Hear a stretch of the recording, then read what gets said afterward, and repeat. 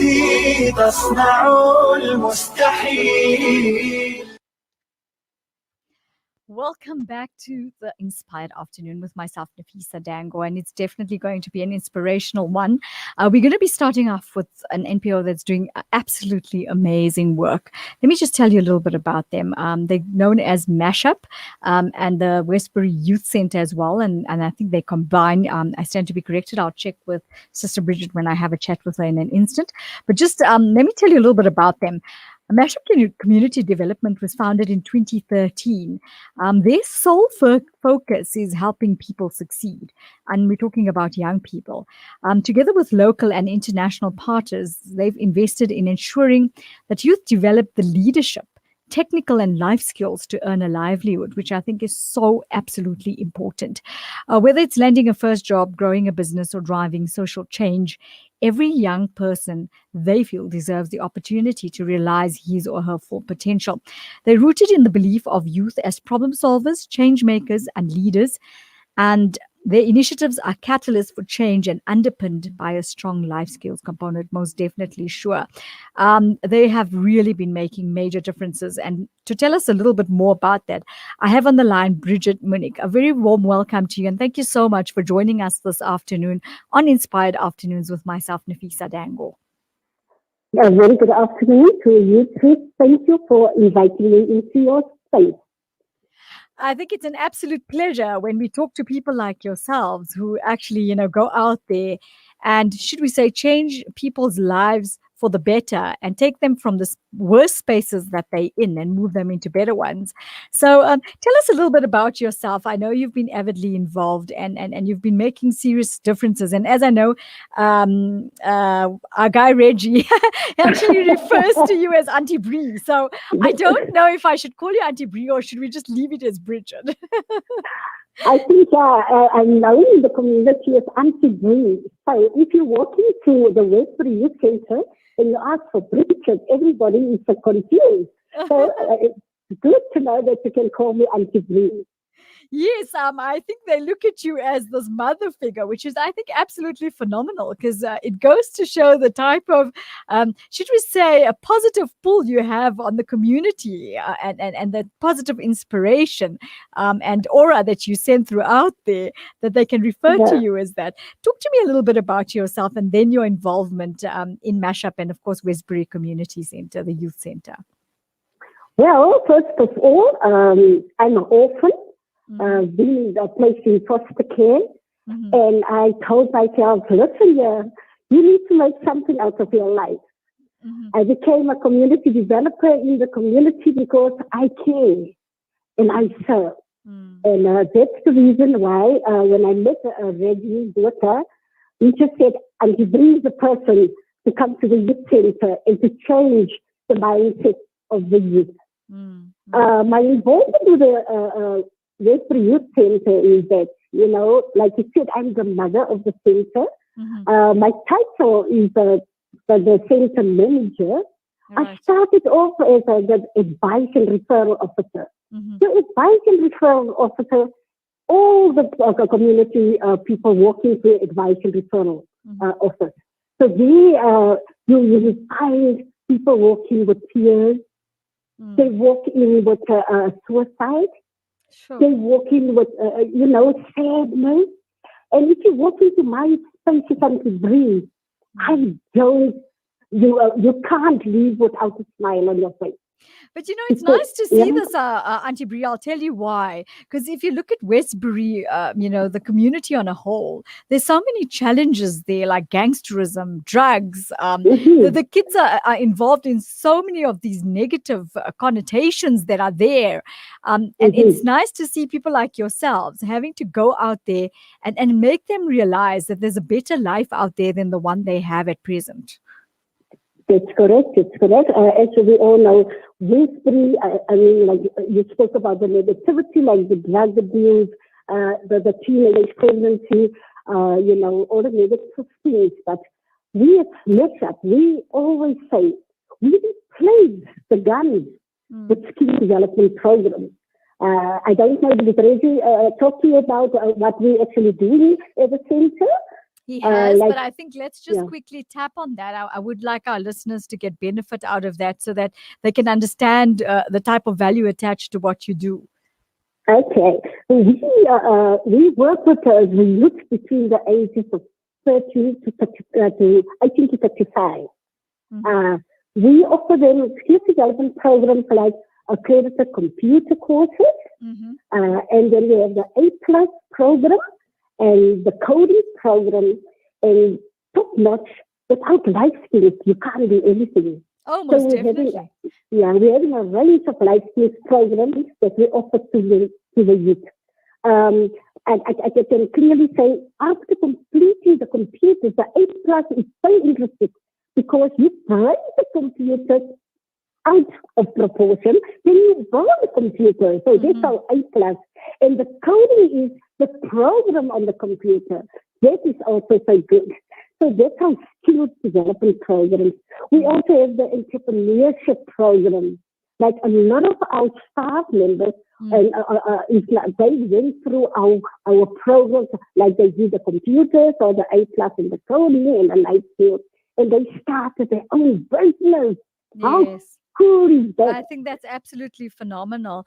You have some new projects that you've added on from last when I spoke to Reggie. I think it was a year ago. It says, "Girl, get your life on." It's a women empowerment program. Give us a little bit insight into that.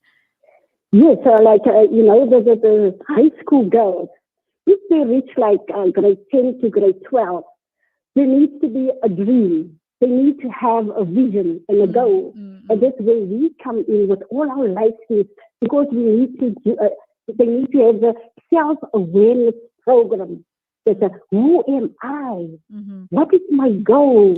What do I want to become? Because presently you don't hear the youth at school, they talk about, oh, I want to be a doctor, I want to be a nurse. You don't hear that anymore. So we want to come back to basics and say, you need to have a dream and a vision and a goal. So that's the goal, Get Your Life On program. We will go into the schools, we will train the trainer, youth, the students at the school. Let's also talk about the Global Education Project, and it says Finland. Let us know a little bit more about that. The Global Education Project is we are having, workshops. It's a music study that we're going to do. Very interesting. So youth come to the center now. Presently they're busy with a workshop. So they are going to create their own music video. So very interesting project also. And then I see you're into robotics, which I think is absolutely phenomenal, because that is now going into futuristic thinking, which I think is so needed. I think a lot of the times, and as you say, your center is bridging the gap so that when people go out into the environment, into the real world, they are prepared in many directions. And I think robotics is now becoming, the new norm for the future. And I think that's absolutely amazing to see that you've incorporated that into your program as such. Yes. I laughed when I said, I want to build those big robots and I'm going to build a gun. So all the drugs and all, I'm going to show them. Okay, that sounds very interesting. But I think we could rather use those robotics for something else. Maybe we'll think of a better way to get through to that. But it's nice to see that you're making those children realize that life could be different. And I think what impactful story that came out of the Westbury Youth Center was the fact of Vanita Quipman. She's such a model success story where she was a community member in Westbury, initially enrolled in Mashup's computing course, and now she's the founder of 2 companies, which I think is absolutely phenomenal. So it goes to show that these kids in these areas should not be neglected in any way whatsoever, but being given some form of priority. They can also make something out of their lives, because I think they also deserve a chance at it. Yes, yeah. She's phenomenal, like you say. I've seen her growing from the computer training into her own entrepreneurship building, and she's got the 2 companies now of her own, and she's still at Mashup, training. She's doing the voice training. And also what I think was great about her success story and about Dick Solomon's story is the fact that, what I think is really important and people don't really understand is once the kids actually finish school, you're actually going out there and bridging the gap and teaching them how to integrate themselves, firstly into society, and then secondly into the work environment, giving them the necessary skills, the necessary manner and etiquette. And I think that is what is very important, because a lot of the times people leave school and the gap is so huge, they don't even know what to expect and how to actually move themselves forward. So it's great to see that you've created that program where you create the skills development and you teach them how to integrate themselves as such. That's correct, especially with the matric program. We have a partnership with Westbury High School where the matrics move into the hostel and the house mom, the night house mom, and we do like supervision if they're studying. And I go there and I talk a lot about our skills development programs, and amazingly, some of our matrics love the gap year, and then they join the skills development programs at the Westbury Youth Center.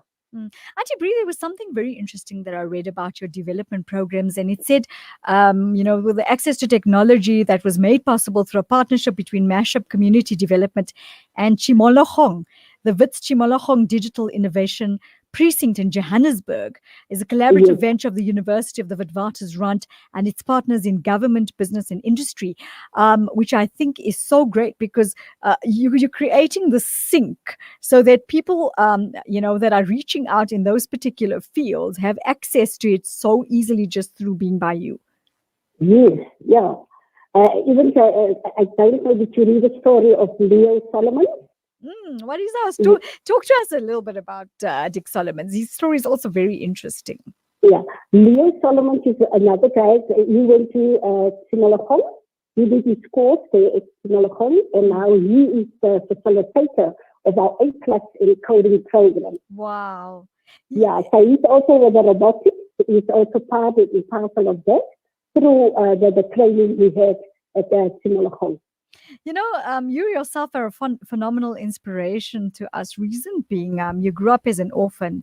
And I think people always look for excuses not to be able to pull themselves out of the situations. Or maybe they don't even know how to. Everybody's situation is different. Everybody's way of dealing with things is different. But what I think is very interesting is the fact that, being an orphan, not having that added support structure by having family and stuff, you've created this support structure by yourself for others to be able to lean onto you and say, Auntie Bree, this and this is what I need in my life. And I'm sure it gives you that absolute fulfillment that you've been looking for that you never could find anywhere else. That's so correct. Yeah. That's in the beginning I said, people won't leave my office without a smile. I promised, a long time ago, I promised myself, every child that will walk into my space with a smile, there won't be tears. There won't be sadness. And I think God gave me that quality so that I can help, people out there. And I'm also an actor. I do performance acting. I'm a stage performer. So I do all the community stuff that's happening, like the teenage pregnancy, the respecting at the funerals. We act it out on stage, like bullying at the school. We go out and we do acting so the children can see what is bullying all about. I said that, it's too long that we stand on the stage and we just say, we talk. Children need to see and not to listen. So we go to schools and we do acting all the way. Yeah. I think that's that is such a grand way of looking at things because, sometimes they, as they say, seeing is believing and you bring the actual issue to the fore, but making people realize that is not the way it should be and they need to look at it from a different perspective. How important do you, I want you to actually paint the picture very quickly because we don't have much time, about Westbury Youth Centre, and how important is it for people to actually support you? Because, I think a lot of people misunderstand the situation of Westbury and not realize how dire the situation is there for these youth and for their lives to be turned around in many directions. Because, as we know, I mean, last week I was listening to the news and two young people were shot. So that is the type of environment they're living in at the moment. How important do you think it is for people to actually help you to turn it around? And what kind of a picture would you like to paint for people to understand your situation? Okay, I always say that we need to work holistically in the community. Example, if a child is at school, that child belongs to a family, and that family belongs to the community. So what we do here, and my plea is that, parents need to come to the party. Without parents, parents need to take the power back. In our community is that the children take the power of the parents, and the parents is just keeping quiet. All the time I'm doing parenting workshops, parenting skills, and that's what I hammer on. I said, it all starts at home. Everything starts at home. Charity begins at home. Yeah. So that's the message I want to give to our communities, is that we need to work as a team. What message, I'm going to interrupt you there. What message would you give to the parents in the area that are facing these issues with their children? For example, I came across a gentleman the other day, and I was trying to get a hold of you, where his son is now beating him up for drugs, and he's trying to reach out for help. And I actually tried to get a hold of you. And so this is what I'm saying is, how do we then reach out and help these poor parents? Because, I mean, the poor gentleman is a shoemaker, doesn't earn much money. His child even stole his shoes just to get money for that drugs. And I was very heartbroken by it, because I thought to myself, which way can I help? And Auntie Bree's the only, I think, turn to person. So you're definitely going to hear from me tapping into that kind of situation and trying to help the gentleman. And I think that's what it's about. It's about creating that Ubuntu amongst us as South Africans as such, and helping create a better society and a better life for everybody. So at the Westbury Youth, we are safety net. A lot of people, some of them don't know about the Westbury Youth Centre. I'm always on Radio City, and I preach the gospel that there's help. Don't live in the dark hole. Come out of the dark hole. Come to the Westbury Youth Centre. We have the advice and referral office. For sure. And that's where the thing starts. That's where we listen to you, and we can actually, if I can help, I help. And if I can refer, then I refer. But there's a lot of resources in our community. People don't check in the resources. So my advice is to people out there, come to the Westbury Youth Centre. Come and speak to Nafeesa Dangor. This is the advice and referral officer. We can listen to your story, and wherever we can help, we will definitely help. Thank you so much. That was such an inspirational segment with yourself. I want to thank you so much for sharing all the amazing things that you are doing to uplift that particular area and the people in those areas, and giving back so selflessly. I'm hoping that all our listeners and viewers would also want to get involved in making those differences with you, so that we could have a better community and a better society, and one that's living, should we say, without all those negative elements. I mean, we can only do that much, but we can try as hard as possible to, of course, alleviate it to an extent. So, Anna, thank you so much for taking the time out and having this conversation with us. We wish you nothing but the best going forward in the future and all the successes. But from the Salam Media team, you definitely have our support. Take care and have a good one. Thank you so much. Thank you so much. You're welcome. Good day. Have a good day. And that was, should we say, Auntie Bree, known as Bridget Munnaik, but everybody in Westbury knows her as Auntie Bree, definitely making differences with Mashup and the Westbury Youth Centre. We'll be back with you in a moment.